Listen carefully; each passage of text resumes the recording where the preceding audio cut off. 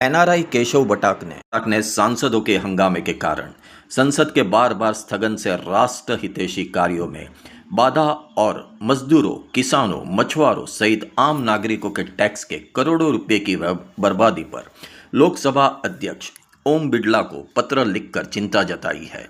NRI Keshav बटाक ने लोकसभा अध्यक्ष ओम बिड़ला को सेंट्रल लंदन से भेजे पत्र में लिखा कि तकरीबन पूरा मॉनसून सत्र उत्पाती सांसदों के हंगामे की भेंट चढ़ चुका है। विकसित भारत शिक्षा अधिष्ठान बिल 2025, विदेशी अंशदान विनियमन संशोधन बिल 2026, इनकम टैक्स संशोधन बिल 2026, एमएसएमई विकास संशोधन बिल 2026 सहित कई महत्वपूर्ण विधेयक संसद में चर्चा हेतु लंबित है। लोकसभा और राज्यसभा दोनों सदनों में विपक्षी सांसदों के हंगामे से राष्ट्र हितैषी कई महत्वपूर्ण कार्यों में व्यवधान हो रहा है।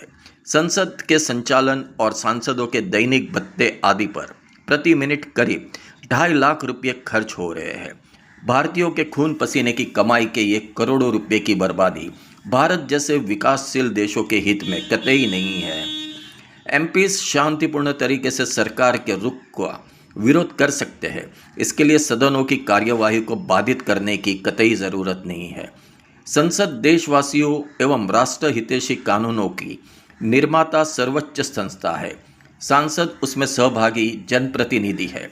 सांसदों को ऐसे द्वेषपूर्ण हंगामे से संसद और सांसदों की गरिमा कम होती है। पीएम मोदी को भले ही कोई भला बुरा कहे, मगर उनके नेतृत्व में देश प्रगति के पथ पर अग्रसर है। मोदी सरकार भारत को 2047 तक विकसित राष्ट्र बनाने के अभियान पर निरंतर बढ़ रही है। सभी राजनीतिक दलों को तुष्टीकरण की राजनीति को छोड़कर राष्ट्र प्रथम की राजनीति कर राष्ट्र हित के कार्यों में मोदी सरकार को मजबूती से साथ देना चाहिए।